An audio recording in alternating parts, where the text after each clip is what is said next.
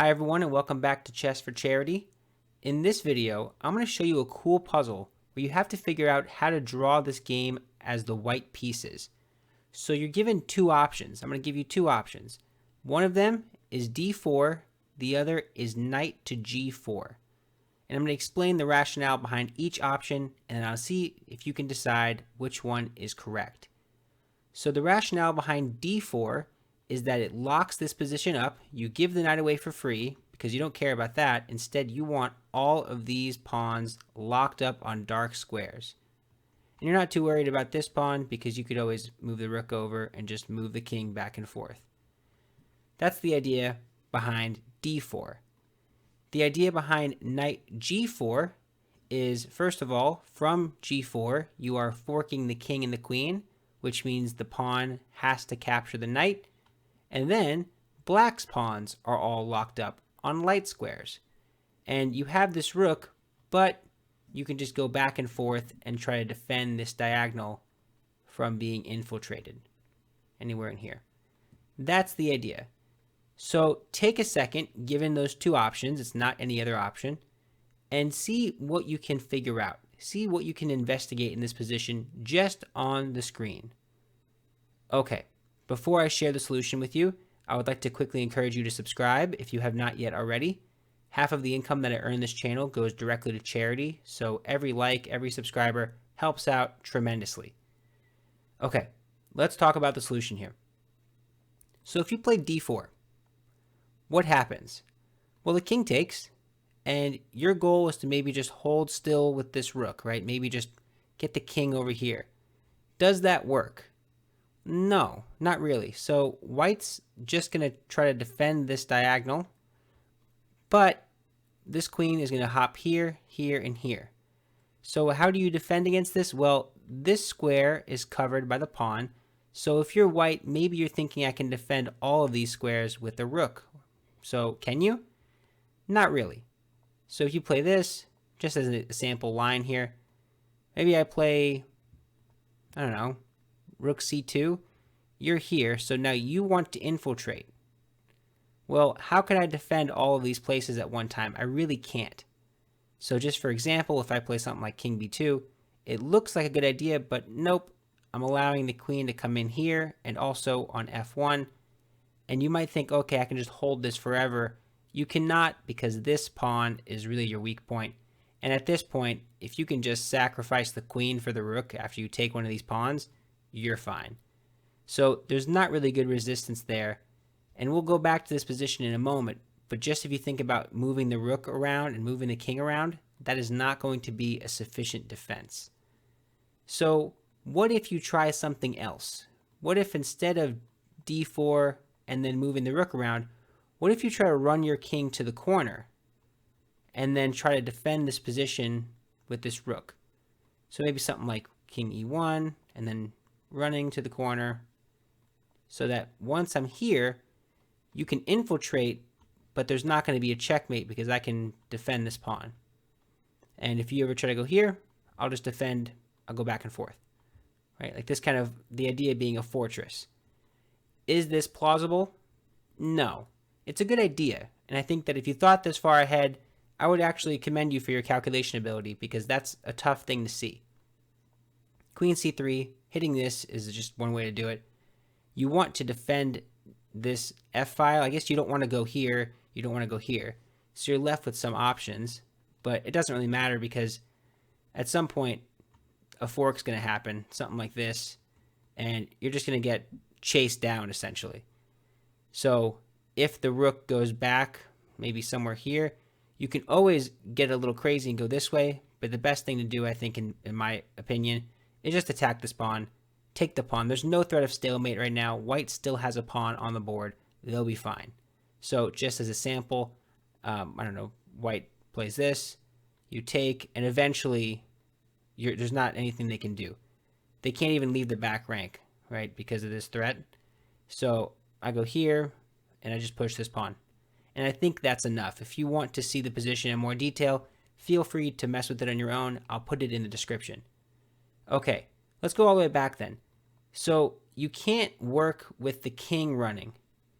Okay, So let's rule out d4 for the moment. Maybe we'll come back to it, but we'll see if there's a difference. So knight g4. As I mentioned in the beginning, you have to take this, because if you don't take it, you're going to get hit with the fork. The king and the queen are both attacked, so if the king moves, now this is a completely different ball game, and this is completely winning for white. No questions there. Okay, so you have to take. And now you play d4, you might think. And you might think, this is the best of both worlds. I played d4, and I got my knight to g4. This has to be it, right? Sure, but the same idea applies. What do I do with this rook? What is stopping me from allowing this maneuver to happen? So, same idea. If I run to the corner like this, is this going to work? Well, no. Because like I just said, just a moment ago, you can't defend all of these squares with the rook. So, how do I do this? What is the drawing idea? And all roads seem to lead to this rook being the problem. How do I prevent this rook from being the problem? And here is where the brilliant idea takes shape. So this queen here is on a very important diagonal, the f1 to a6 diagonal. And if only there was a way, just magically, in this position, if you could have the rook on h1 instead of c1, this would be stalemate, right? This is kind of the way you think about the position. If magically the rook could be here, it would be stalemate. So maybe, instead of running the king to the corner, we should run the rook to the corner and try to see if we can beat this queen all the way on this diagonal, right? Kind of like that. So let's try that idea, and let's try it with the previous variation of d4 immediately. So if I play d4 and they take, and now I run my king to the corner, right? The idea is being, I'm going to go here. Well, if I play, well, it's white, it's black's move. If I play king e1, something like this. Now, is it stalemate? Well, no. Why? Because this pawn is mobile. So the queen can just infiltrate, something like this will do, and you can't move the king. This is actually, in my opinion, the best move. I'm sure you could go to any one of these, it's probably fine. Well, it definitely is fine, but in terms of efficiency. And then they have one move, and what do? You checkmate him. That's it.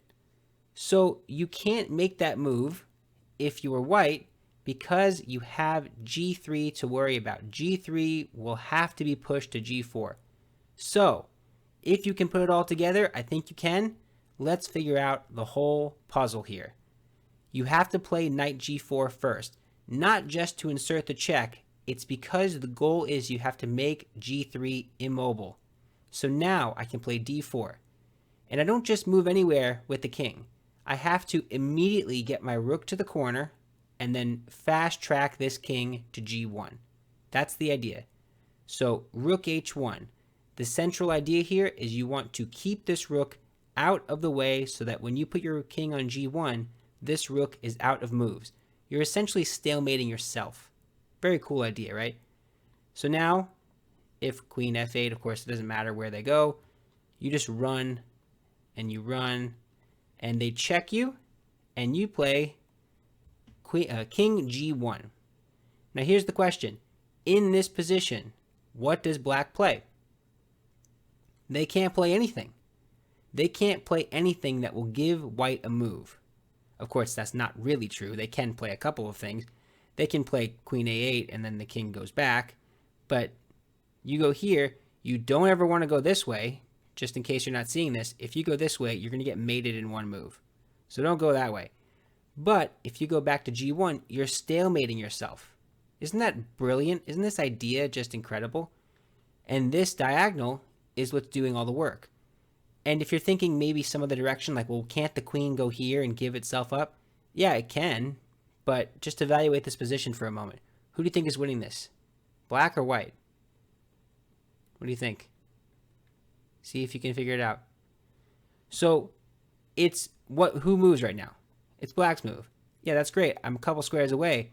But look, I don't have to worry about this king. These pawns aren't going anywhere. I have a whole rook right here. I play king f1. A3. I play king E1. A2. I play king D2, and I am totally safe. That's an important variation that you have to calculate. This queen does not work by giving itself up. In this position, even if you want to play something like this, it's just not fast enough, right? The king is too far away. These pawns are all gridlocked, and I'm going to take this pawn. I'm going to bring the rook in. Something like this is more than enough, and you're fine. So that's it. You have to be very careful, but in this position, the best that black can do is just, I don't know, move the king and call it a draw. Shake your hand and say, that's a draw. Or for style points, if you want to make the draw look cool, maybe queen e2. That's a cool looking draw. Just the configuration of the pieces, I think, is kind of a cool thing. But yeah, that is it for the video. Hopefully you enjoyed it. I have a similar video out that's kind of like this, but it's a little harder. So hopefully this one is a bit more accessible to the different levels of people out there. Let me know in the comments. I enjoy the feedback. But that's it right now. Thank you so much for watching. Bye.